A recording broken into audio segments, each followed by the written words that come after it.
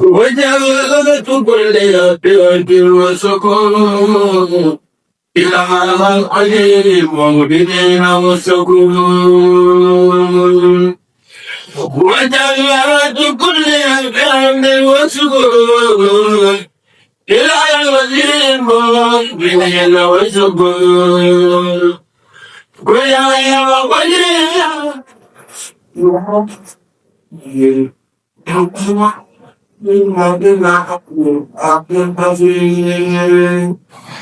أعوذ بالله من الشيطان الرجيم بسم الله الرحمن الرحيم والصلاة والسلام وبارك على سيدنا ومولانا محمد وعلى آله وصحبه والحمد لله رب العالمين ربنا زدنا علما وعملا وأدبا وفهما السلام عليكم ورحمة الله تعالى وبركاته. Alhamdulillah, on continue cette lecture, cette explication de l'ouvrage, du poème Ilham Salam, Cheikh al-Khadim radiyallahu anhu, qui est une critique radicale de l'entreprise coloniale d'une part, du colonialisme d'autre part, et de manière plus générale, en vérité, des Occidentaux, et plus particulièrement de la société occidentale telle qu'elle existe aujourd'hui. On va le voir justement. On a pu, Inch'Allah Ta'ala, faire notre introduction en commentant les 6 premiers vers qui introduisent des notions hautement spirituelles d'une part, et d'autre part, des notions beaucoup plus légales. La notion de ibada, d'un point de vue légal, des définitions, la notion de sharia, et même les notions subtiles de tasawwuf, de haqqa muhammadiyya, etc. En rappelant l'importance qu'elles ont dans le sujet que l'on traite, à savoir Akhiru Zaman, la fin des temps, et le combat que ont justement le colonialisme, et comment les musulmans peuvent faire face à cette société occidentale prédatrice et destructrice. Aujourd'hui, on va donc avancer dans cette lecture et expliquer 2 vers. Expliquer 2 vers qui introduisent de façon extrêmement précise, radicale, cette critique. Le cheikh, radiyallahu anhu, nous dit justement, dans ces 2 vers,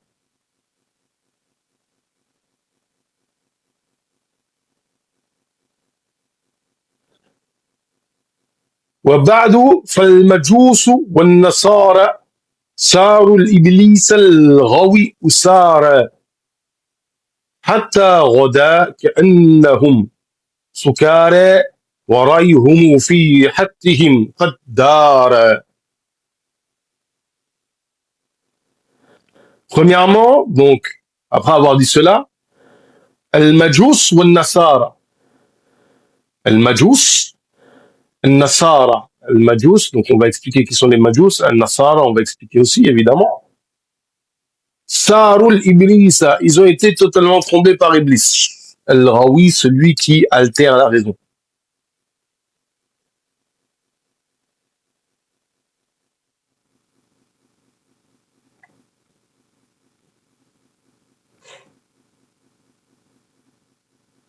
Ils sont comme ivres.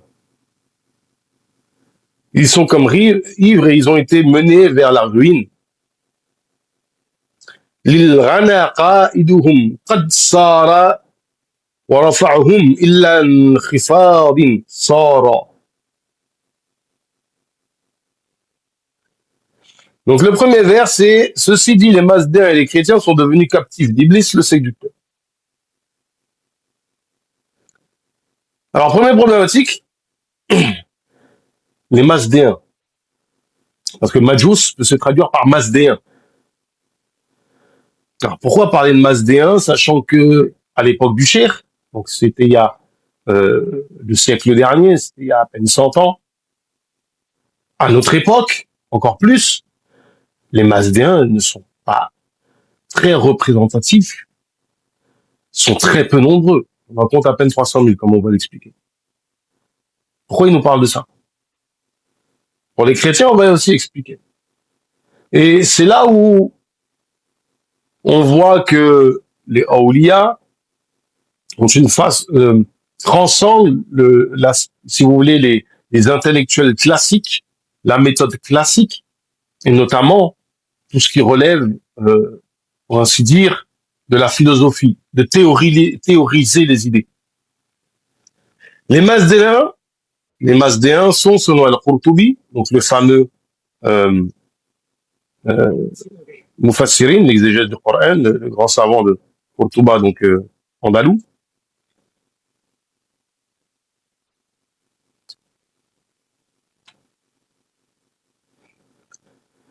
Donc les Mazdéens sont, selon Al-Qurtubi, le grand savant andalou, exégète du Coran, sont les adorateurs du feu qui pensent que le monde a deux origines, la lumière et les ténèbres. À l'époque où le cheikh écrit, cette communauté est minoritaire et aujourd'hui on dénombre environ 125 000 adeptes entre l'Iran et l'Inde. Le cheikh ne parle pas d'eux comme un groupe religieux, mais plutôt comme un bloc civilisationnel avec le christianisme. Pourquoi un bloc civilisationnel? Premièrement, il y a le fait que l'Europe occidentale est une société dite indo-européenne. Et le mazdéisme naît dans le monde indo-européen. L'Iran et l'Inde sont indo-européens. Les Perses, les Indiens non dravidiens. Quand je parle des Indiens, je parle des habitants de l'Inde actuelle, qui sont non dravidiens, qui sont ce qu'on appelle justement des Aryens, sont tous des Indo-Européens. Leur langue est indo-européenne. C'est-à-dire qu'aujourd'hui, par exemple, le perse, j'ai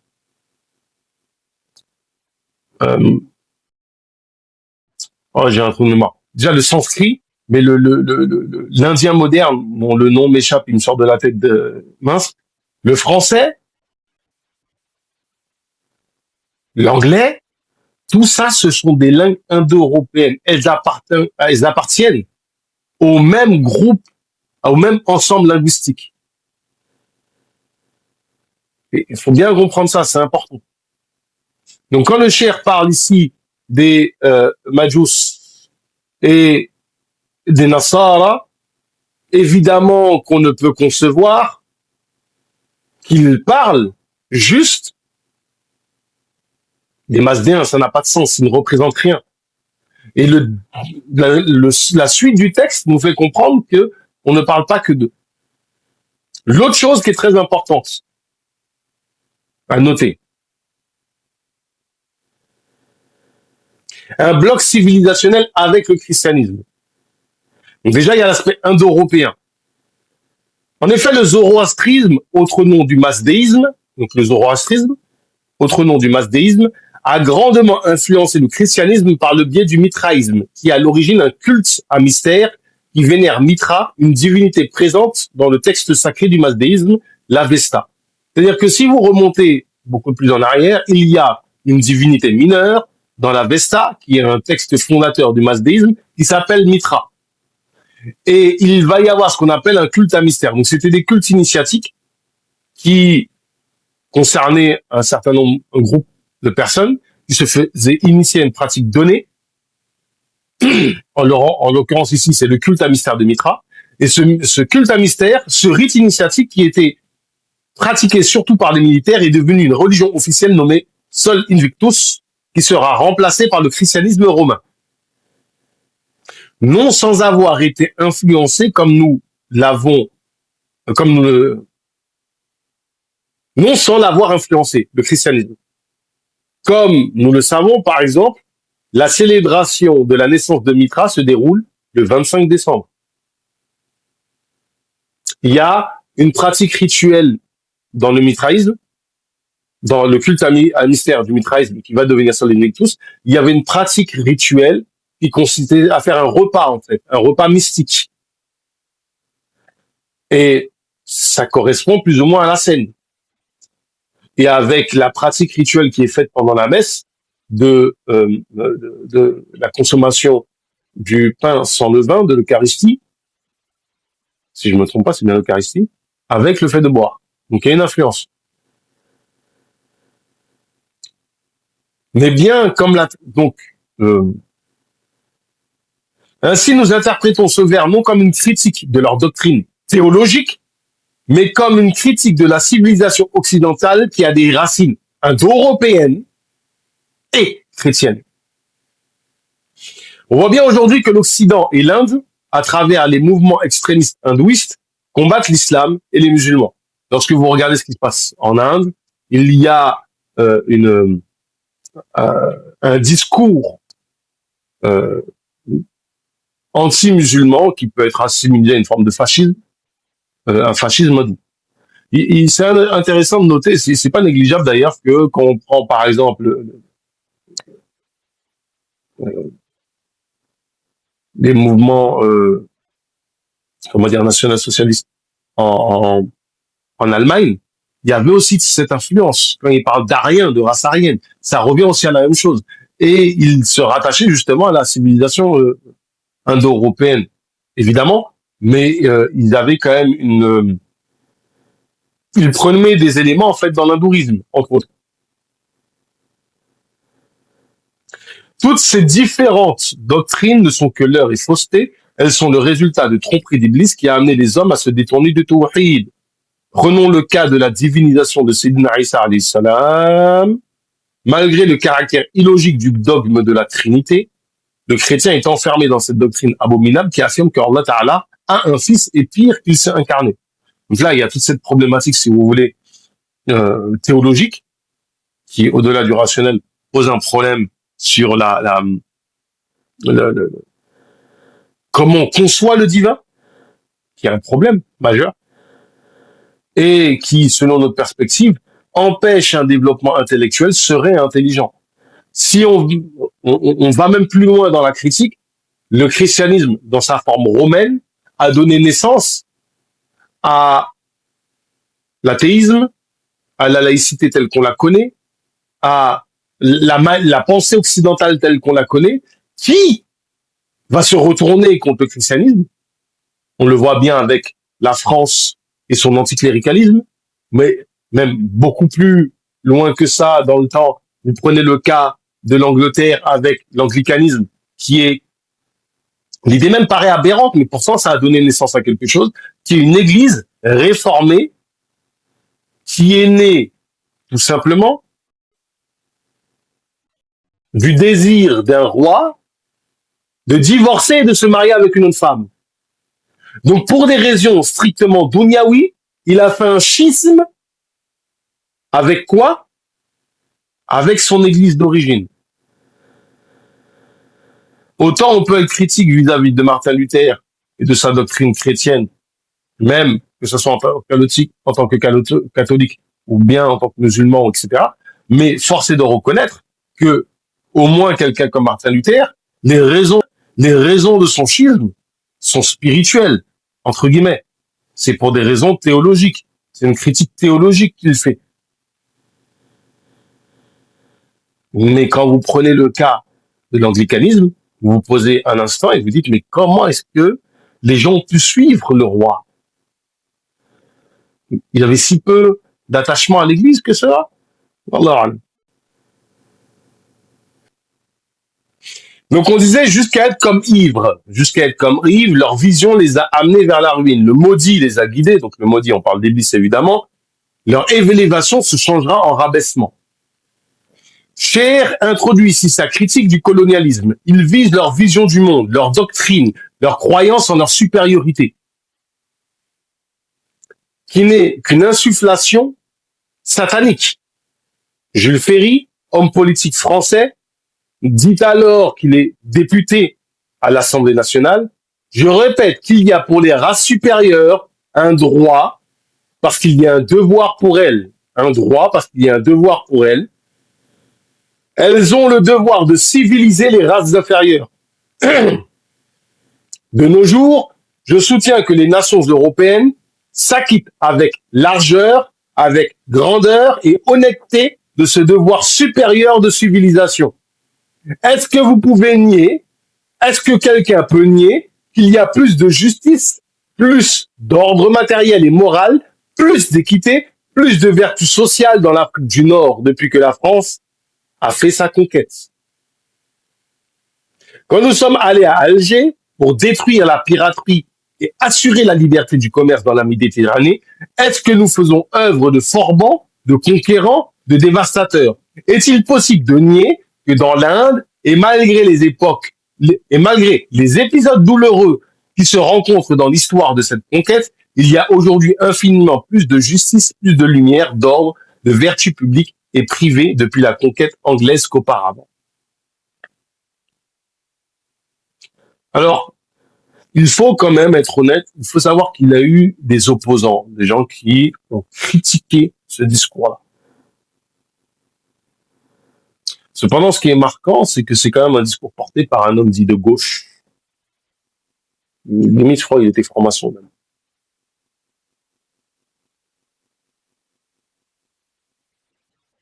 Ils disent cela à un moment où la société occidentale, et notamment la France, pourtant, il y a des grandes inégalités sociales. La mobilité sociale est très, très, très réduite. Le paysan français est en majorité analphabète. La supériorité dont ils se prévalent sur le plan technique est vraie, mais sur le plan de la moralité et des valeurs est très discutable. Ces paroles, certes inspirées par Shaitan, sont portées par un homme de gauche connu pour être un franc-maçon. Il faut savoir que l'humanisme est la doctrine qui façonne l'Occident depuis la Renaissance. Les francs-maçons et les gens de gauche se présentent comme les défenseurs de cette philosophie. L'humanisme se définit ainsi. On prend le temps de définir ici l'humanisme parce que dans le suite du commentaire de ce poème, ça serait important quand même d'avoir en tête cette définition.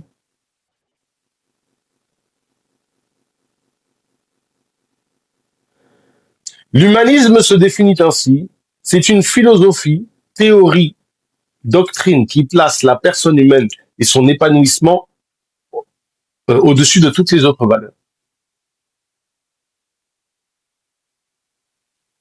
En histoire, c'est quoi? Mouvement de la Renaissance caractérisé par un effort pour relever la dignité de l'esprit humain et le mettre en valeur et un retour aux sources gréco-latines. En fait, c'est une forme de détournement du divin vers l'humain. Dans un vocabulaire beaucoup plus soufi, c'est le fait de se détourner d'Allah pour se tourner vers la nafs. D'un point de vue religieux, et islamique en particulier, l'humanisme est une doctrine qui détourne l'homme d'Allah pour l'orienter vers la satisfaction de la nafs et les plaisirs de la dunya. Il faut cependant reconnaître que l'Occident a depuis 2 siècles acquis une puissance technologique inégalée dans l'histoire de l'humanité. Sa façon d'utiliser cette puissance est de toute évidence destructrice. Même quand il s'agit de confort, la contrepartie sur les humains et la nature est une catastrophe. Prenons les moyens de transport. Donc là, on va prendre une série d'exemples, de cas, où, malgré le développement technique, malgré le fait que ça apporte un certain confort, la contrepartie est extrêmement conséquente.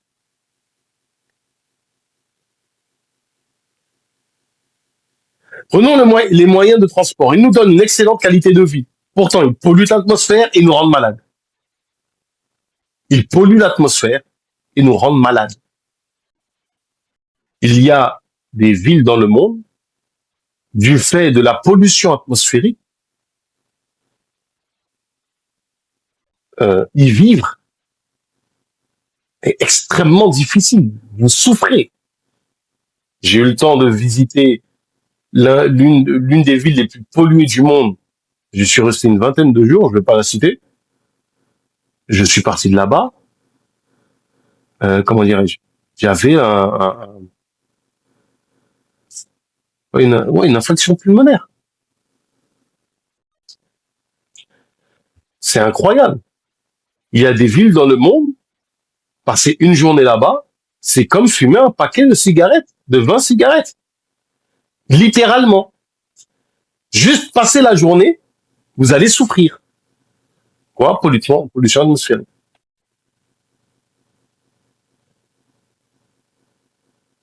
On parle même pas de l'avion. Et quand bien même on parlerait de voitures électriques, est-ce que vous savez qu'est-ce qu'on met dans ces batteries-là?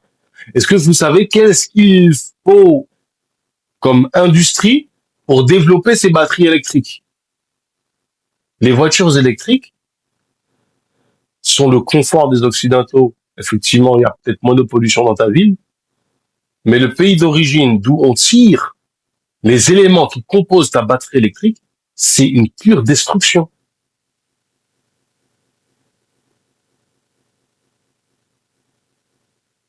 On a développé des énergies telles que l'énergie atomique.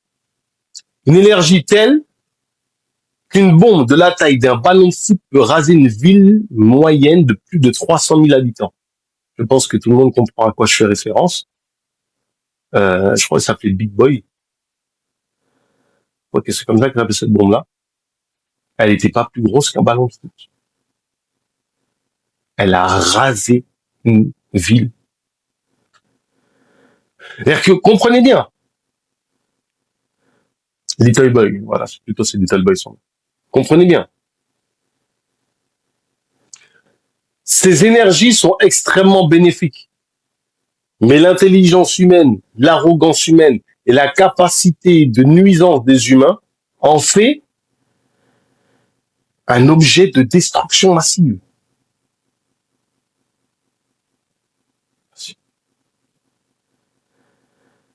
Juste concevez cela. Et là,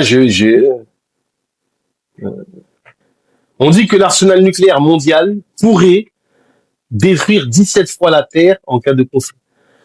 Je sais pas si on se rend compte, en fait, des armes qu'on a développées.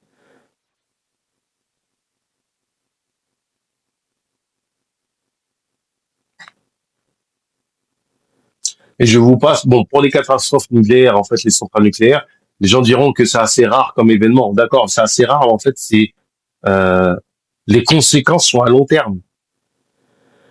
Si vous prenez les deux cas où on a essayé la bombe atomique en situation de guerre, les conséquences sont sur un long terme. Autre exemple, les réseaux sociaux. On communique avec des personnes à l'autre bout du globe, mais on connaît à peine notre voisin. Les réseaux sociaux, c'est magnifique, c'est très bien en matière de communication. C'est extrêmement intéressant, extrêmement même bénéfique. Mais le coût humain est conséquent en réalité. On se connaît par le virtuel. Mais le réel, c'est de plus en plus rare.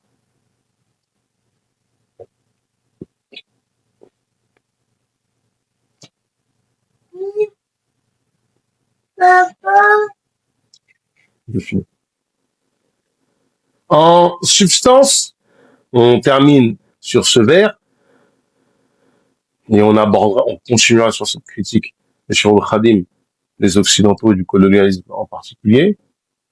On peut voir que le cheikh, en quelques vers, et dites-vous que là j'ai été succinct en fait dans mon commentaire, j'aurais pu rajouter encore, dit des choses sur lesquelles on peut développer énormément. Le fait que l'Occident soit élevé tel qu'il est élevé et qui à un moment donné va être abaissé,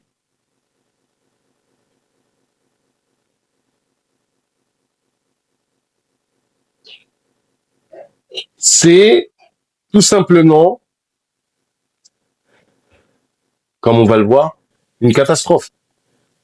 Cependant, plus on monte haut, plus la chute est terrible. Cette civilisation est arrivée à un tel niveau d'hégémonie culturelle, militaire et idéologique que sa chute sera d'une brutalité sans équivalent, une brutalité sans équivalence dans l'histoire de l'humanité. Prenez toutes les grandes civilisations, elles chutent. Mais la façon dont elles chutent des fois est proportionnelle à comment elles se sont élevées. Là, pour qu'une telle société se fracasse, il faut un changement ou une catastrophe telle qu'il y ait une remise à plat de tous les éléments. Et le pire dans tout ça, c'est que le fait qu'on soit habitué, on s'y inclut tous, hein, à un certain confort, fait lorsqu'on n'aura plus ce confort-là, on se sentira très très bizarre. Donc quand on dit que cette élévation sera un rabaissement à un moment donné, ça sera même une humiliation. Les gens seront prêts à faire des choses qui sont abominables.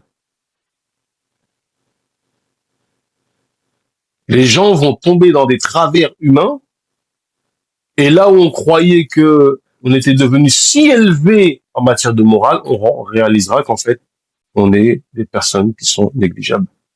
ربنا زدنا علما وعملا وأدبا وفهما وهب لنا إكرام في تلاوة خيرا كثيرا منك والحلاوة وصلي وسلم وبارك على سيدنا ومولانا محمد وعلى آله وصحبه والحمد لله رب العالمين.